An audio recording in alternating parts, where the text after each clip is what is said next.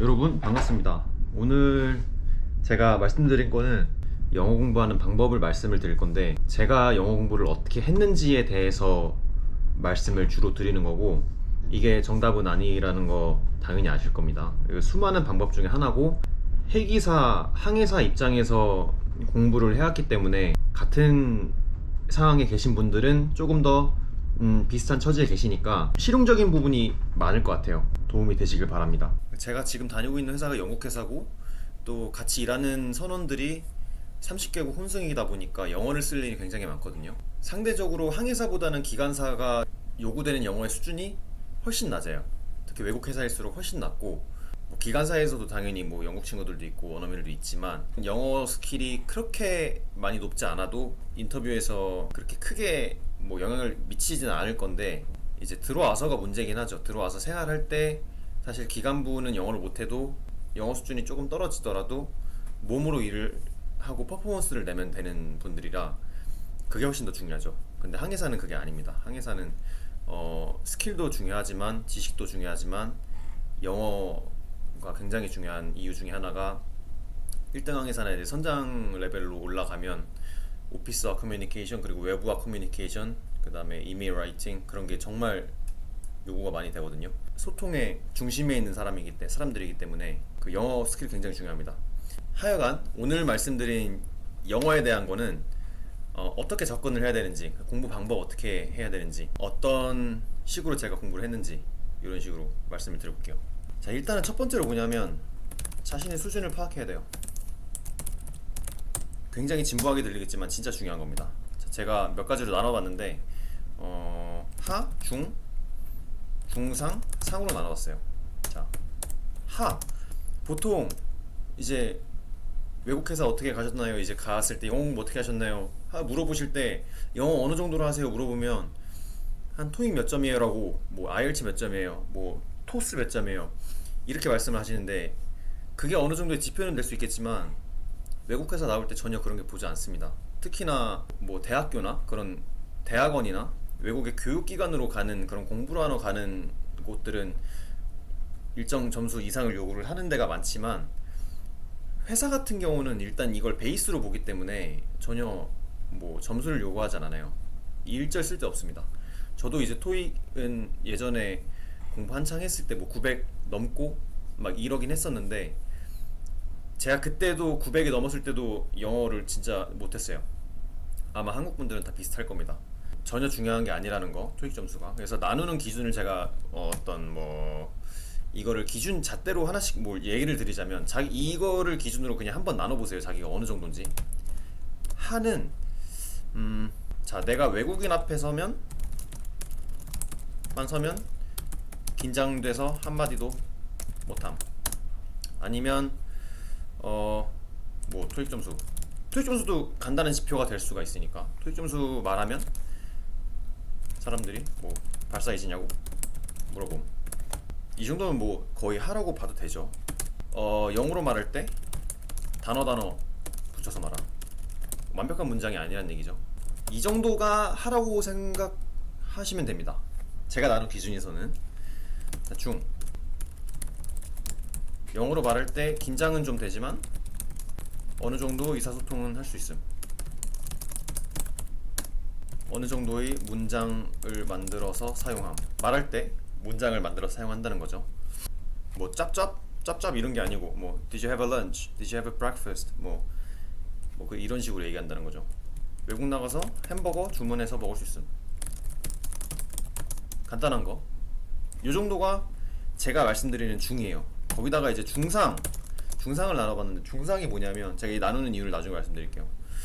자, 중상이 외국인과 소통할 때 전혀 문제가 없음. 그리고 주변에서 영어를 좀 한다는 소리를 들은 적 있음. 외국에서 살았었냐는 질문을 들은 적 있음. 제가 왜 중상을 이렇게 나눴냐면, 사람들이 이 레벨을 상이라고 생각하는 분들이 많아요. 이게 절대 상이 아닙니다. 상, 준원어민 혹은 원어민. 어렸을 적 외국 생활 2년 이상 혹은 외국에서 학교를 다닙니다. 이게 상입니다. 이게 상이고, 자 여기서 이제 이렇게 보면 외국 회사 이제 개인 송출 외국 회사로 오실 수 있는 분들은 여기까지입니다. 죄송하지만 하분들은 정말 노력 많이 하시면 올 수 있죠, 당연히. 근데 만약에 2단계에서 지원을 한다 하는 아마 인터뷰에서 떨어지실 거고, 만약에 붙으신다 하시더라도 오시면 안 됩니다. 이건 그분들을 위해서 하는 말씀이에요. 이 레벨로 절대 오시면 안 돼요. 절대 오시면 안 되고, 자 중, 중상, 상 이 정도는 개인 송출 이제 오실 수 있는 분들이고, 당연히 이제 들어오셔도 영어로 공부를 항상 하셔야 됩니다.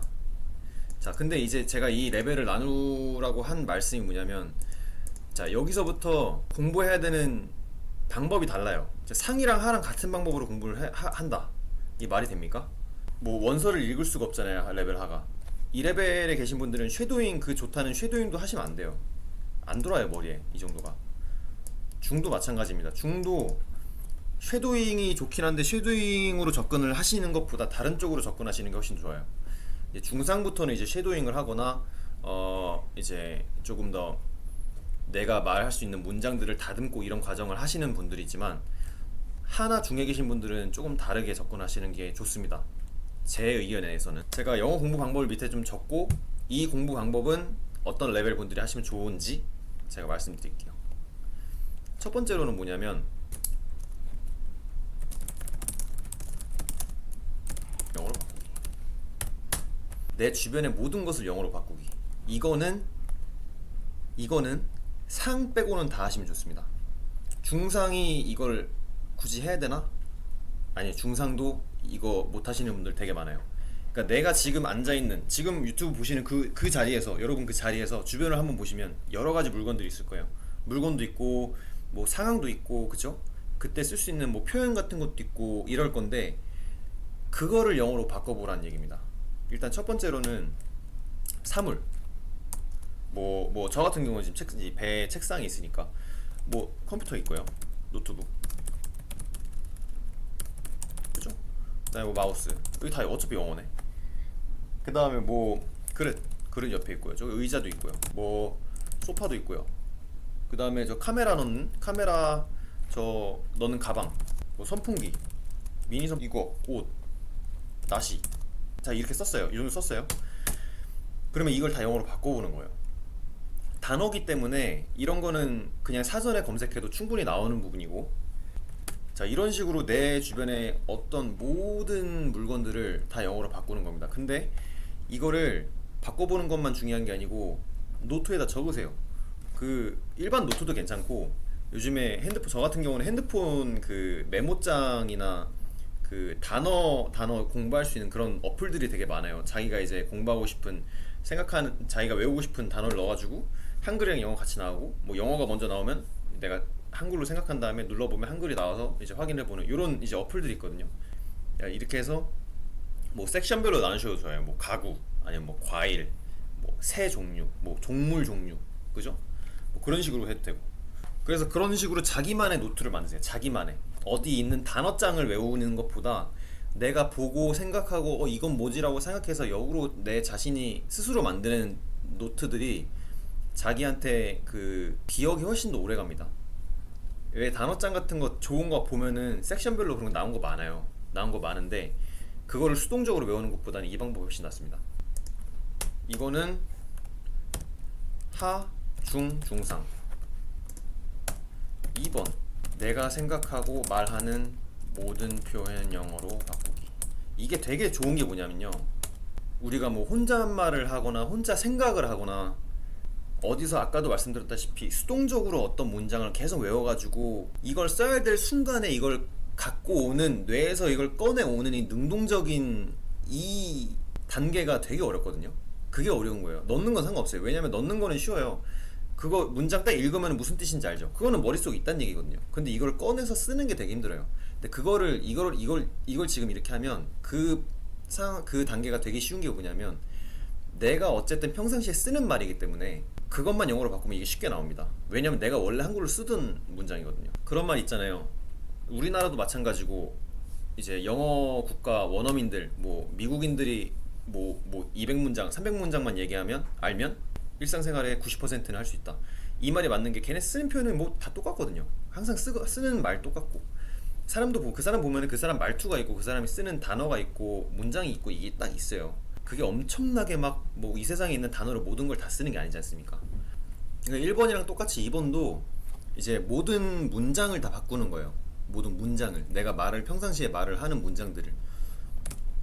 두 번째도 하, 중, 중상. 근데 약간 중상 쪽에 조금 무게를 두는 공부 방법이고, 자, 세 번째로는 뭐냐면 영어 노출. 이것도 하, 중, 중상. 솔직히 상은 뭐 할 게 없어요.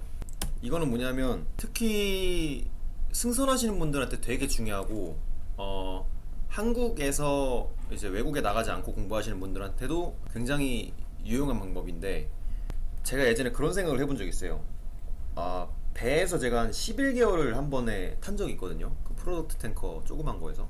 근데 그때 이제 전 영어 공부를 항상 사망사 첫 배 때부터 한 4-5시간씩 항상 했어요. 근데 그때 생각을 한 게, 내가 지금 여기 배에 있지만 눈을 감고 옆에서 영어가 계속 들리면 여기가 배인지 런던에 있는지 뉴욕에 있는지 똑같은 거 아닐까라는 생각을 했어요.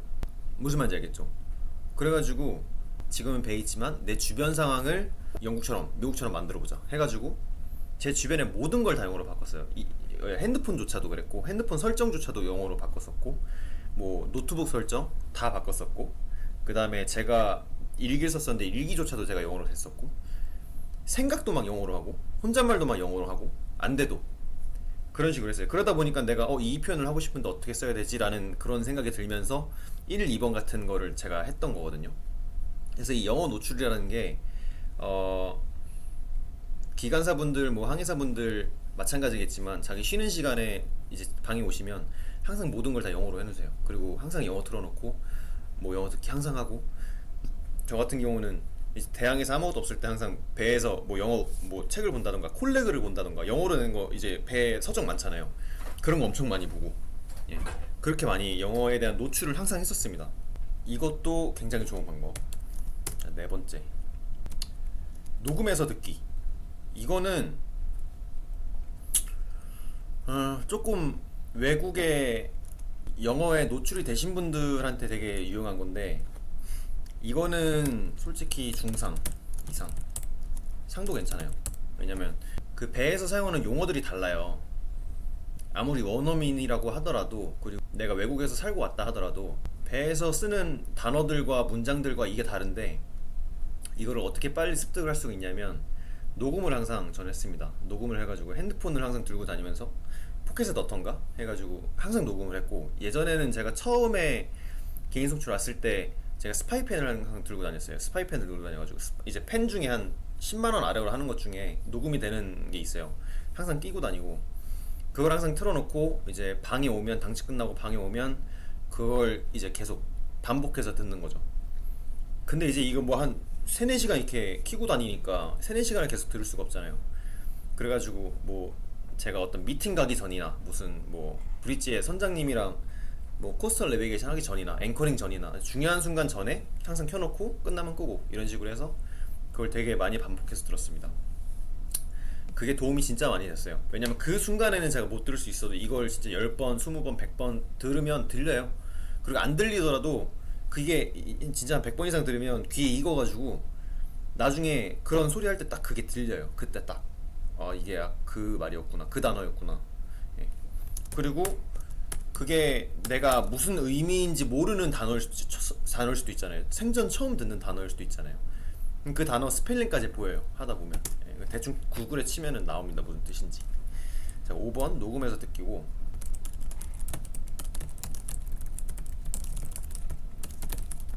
일상생활 기본 표현들 하나씩 외우기. 이게 무슨 말이냐면요, 만약에 어떤 기계가 고장났다, 이 핸드폰이 고장났다고 말을 하고 싶어요.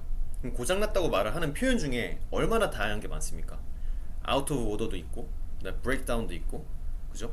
그 다음에 뭐 카푸트, 가프로트 이미지 있고 뭐 이런 식으로 수많은 표현이 있는데 그 중에 일단은 하나씩만 외우라는 거예요. 이게 왜 중요하냐면 이거는 하중분들한테 해당이 되는 거예요. 내가 일단은 하나씩은 외우는 게 되게 중요한 게 일단은 그 상황에 가면은 내가 이거 표현을 할 수 있어요. 무슨 말인지 알죠? 일단은 표현할 거를 내가 알고 있긴 해요. 근데 이게 다양하게 그 상황에 맞게 맛깔나게 표현은 못하지만 일단 의사소통은 돼요. 내 표현이 전달은 돼요. 그래서 일단 하나는 외우고 있으라는 거예요. 표현 하나하나마다. 근데 이거를 다양하게 이제 좀 맛깔나게 좀 이쁘게 다듬고 꾸미고 이런 과정은 나중에 하셔야 되는 거예요. 그때 하중 때 하시면 안 돼요. 되게 힘들어요. 이제 중상 같은 경우는 이제 그런 걸 해나가시는 분들이어야 하지만 하나 중 같은 경우는 일단은 내가 표현은 하나는 일단 알고 갈 거. 그냥 그것만 외울 것. 예. 그거에 좀 포커싱을 맞추시면 일단은 일하러 나와서 내 표현을 할 수 있습니다. 또 뭐가 있을까? 저도 이거 지금 뭐 시나리오를 만들어 놓고 하는 게 아니고 제 그냥 항상 머릿속에 있는 걸 그냥 말씀을 드리는 거여가지고 제가 봤을 때는 뭐 이 정도면 다 된 것 같아요. 제가 또 공부한 방법 말씀드리면 유튜브 오프라인 다운로드를 항상 해가지고 뭐 유튜브 구독하면 오프라인 다운로드 무료잖아요. 그거 말고 그냥 프로그램으로 그냥 동영상 자체를 받아가지고 저는 항상 배에서 되게 많이 봤거든요. 좋은 채널 많잖아요. 우리나라 분들이 하시는 뭐 영알람 그분도 있고 그죠? 되게 대형 유튜버들 영어 유튜버들도 많으시지만 그분들 것도 하면 되게 좋아요. 그리고 저는 에릭남인가? 그 강사 한 명 있는데 그분 것도 되게 좋았고 근데 이제 그런 분들 이제 한국 분들이 하는 것도 좋지만 아예 원어민들이 대화를 하는 걸 듣는 걸 그게 되게 중요하거든요. 왜냐면 이걸 설명해가지고 이런 상황에서 이런 걸 쓰는 게 맞습니다라고 하는 것도 중요하지만 그냥 걔네가 그냥 네이티브하게 항상 어떤 말을 하고 어떤 분위기에서 어떤 톤으로 얘기를 하는지가 되게 중요해요. 그래서 저는 되게 많이 봤던 게 그 영국 남자 보고 왜냐면 인터뷰할 때 이제 되게 그 원어민끼리 네이티브하게 되게 내추럴하게 얘기를 하잖아요. 그런 거 그리고 뭐 물어볼 때 어떻게 이제 표현 같은 것들 수많은 표현 같은 것 많이 나오고 그 다음에 그 브리센트라 그래가지고 그 영국 그 강사분들이 막 이제 뭐 저 대화도 막 하고 영국에서 쓰는 단어 문장 이런 것도 해주고 그런 게 브리센트도 있어요. 그것도 되게 많이 도움 됐었고 하여튼 이런 식으로 그분들이 평상시에 자연스럽게 쓰는 내용을 계속 듣는 게 되게 중요합니다. 영어 공부 방법은 이 정도면 된 것 같아요. 자, 그 다음에 제가 또 두 번째로 말씀드리고 싶은 거 세 번째네요. 이제 첫 번째가 수준 파악이고 두 번째는 이제 제가 공부했던 방법이고 공부 방법 세 번째는 이게 두 번째 세 번째는 자세 공부 자세 스탠스라 해야 되나요? 스탠스 뭐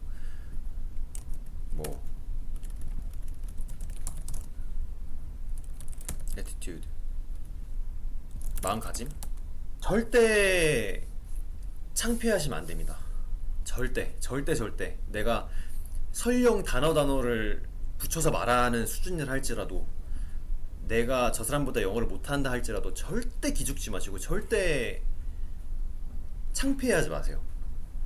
내가 발음이 안 좋다 그래도 완벽한 문장을 만들 수 없다 해도 그게 중요한 게 정말 아닙니다. 이 한국 분들이 포커싱을 정말 잘못 맞추고 있는 게 예전에 그런 거 그 다큐멘터리에서 본 적 있어요.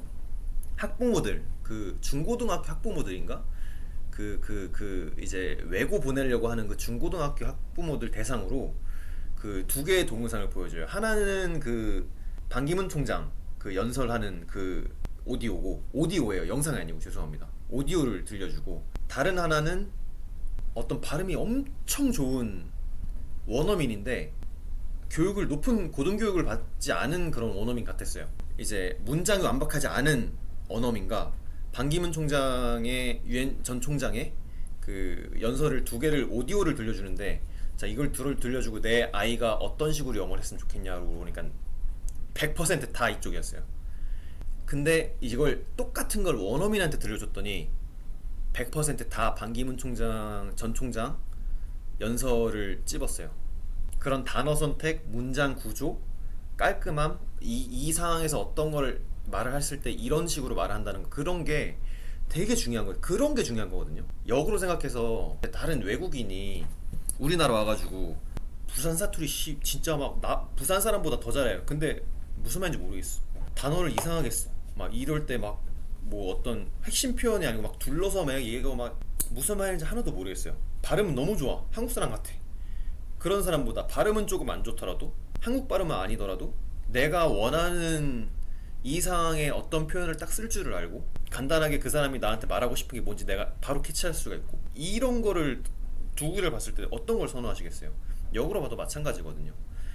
그래서 발음에 중점 두지 마시고 문장을 갖고 나가거나 그런 건 조금씩 해나갈 수 있는 상황이기 때문에 크게 걱정 안 하셔도 되는데, 제 개인적인 생각에는 저도 예전에 그랬었고, 가장 크게 오는 벽이 뭐냐면, 아 내가 이걸 완벽하게 말하지 못하면 어떡하지? 라는 걱정이에요. 그래서 말을 못해요. 비원어민 두 명끼리 딱 술 먹여놓고 얘기하면 말 진짜 잘하거든요. 근데 갑자기 제정신에 원어민 하나 붙여놓잖아요. 말 못해요. 말 그렇게 잘하는 애가 말을 못해요. 그전엔 이런 단어 잘 썼는데, 문장도 잘 썼는데 말을 못해요. 두려움 때문에. 정말 버리셔야 됩니다. 버리셔야 되고, 이걸 버릴 수 있는 방법은 생각만 해서는 안 되고 가서 말을 계속 해보셔야 돼요. 계속 해보시고 부딪혀 보시고 하셔야 됩니다. 제가 예전에 이 얘기를 똑같이 후배한테 한번 얘기한 적이 있는데, 제 발음에 대해서만 얘기를 한 적이 있어요, 그 후배가. 근데 선배는 이제 그 친구한테 좋아 보였나봐요. 그래서 발음이 되게 좋은데 이걸 따로 연습한 거냐. 저는 발음도 중요하다고 생각을 하거든요. 이 액센트나 프로넌세이션이나 이 인토네이션, 이런 모든 것들이 되게 중요한데, 이거는 그냥 체리 온 더 탑이에요. 케이크를 이쁘게 만들어 놓고 이 케이크 중요한 거지 위에 체리가 중요한 게 아니거든요. 근데 이건 체리 온 더 탑이에요. 붙여놓으면 더 좋은 거죠, 하나 더 얹어 놓으면. 그래서 이거는 그 이상으로 갔을 때 조금 손볼 수 있는 부분이지, 여기에 포커싱을 처음부터 맞추시면 절대 안 됩니다. 또 여러분이, 저는 이제 영어에 대해, 이제 외국어에 대해서 자체에 대해서 원래 관심이 되게 많아요. 그래서 제가 그러다 보니까 예전에 언어 다큐멘터리 같은 걸 되게 많이 봤거든요. 이게 정말 제가 나와서 보니까 공감이 많이 가는 게, 구조적으로 우리나라가 영어를 못하는 건 당연해요. 이건 뭐 지금 뭐 유튜브나 다른 TV에서도 전문가들이 항상 하는 얘기겠지만, 한 번 더 강조를 드리자면 당연합니다. 특히 중국, 일본, 우리나라 세 개국이 항상 영어를 못하는 나라로 유명하잖아요. 만약에 중국어가 세계 공용어가 됐어봐요. 유럽 애들이 중국어 우리보다 잘하겠습니까? 우리도 중국어 배우기 어려운데 걔는 얼마나 더 어렵겠어요. 이런 거예요. 그리고 뭐 중국이랑 우리나라의 대부분의 단어가 중국 언어랑 그 중국어에서 왔잖아요. 그래서 발음도 비슷한 게 되게 많아요, 중국어랑. 그 다음에 그 문장 어순도 있잖아요. 어순도 우리나라랑 영어랑 완전 반대잖아요. 그래서 절대 창피하지 마시고, 이게 당연한 거라고 생각을 하시고 자신 있게 말씀을 하시면 됩니다. 설령 단어라도 내가 이 문장을 완벽하게 말하지 못하더라도, 그게 설령 일하는 데라도, 예, 발전하는 게 중요한 거예요. 그걸 인정하지 못하면 발전할 수 없습니다. 자, 그래서 그 마음가짐에 대해서 제가 항상 이 세 번째로 말씀을 드리고 싶은 거고, 그래서 앞으로 유튜브 계획 중에 하나가, 제가 영어 공부할 수 있는 자료를 좀 올려놓을 건데, 저는 회사 영어 쪽에 좀 포커스를 둘 거예요. 그래서 일반 분들이 공부하시는 용어는 아니고요. 이거는 오로지 뭐 그 개인 송출 준비를 하시던가, 아니면 회사 영어를 좀 더 공부를 하시고 싶은 분들이 유용하게 공부하실 수 있는 그런 자료들을 올릴 거고, 뭐 선박 대 선박 교신이라든지, 저는 이제 제가 뭐 상황을 만들어서 제가 녹음을 하는 건 아니고요. 저는 아까도 말씀드렸다시피 지금까지 개인 송출 와서 모든 거를 다 녹음을 해놨기 때문에 모든 자료가 있어요. 그래서 그게 진짜 파일로만 한 몇백 기가가 됩니다. 예. 선박 대 선박 교신하는 거, VHF 같은 것도 제가 다 녹음해놨었어요. 입출항할 때 항상 브릿지에 녹음 켜놨었고, 그런 모든 자료들을 제가 실제 상황에서 녹음한 것들을 좀 편집을 잘 해가지고, 여러분이 한번 들어보고 뭐 뜻도 알 수 있고, 그 다음에 어떻게 말했는지 알 수도 있고, 이런 식으로 좀 제가 구성을 해가지고 올려드릴 테니까 공부하시는데 도움이 많이 되시길 바랍니다. 영어 공부하는 방법은 오늘은 여기까지고, 혹시 또 나중에 요청 자료가 있으시면, 이런 거 좀 해주셨으면 좋겠다 하시는 거 있으시면 댓글이나 뭐 DM 주시면 제가 또 컨텐츠 만들어가지고 올려드리도록 하겠습니다. 다음에 또 좋은 영상으로 오겠습니다. 안녕.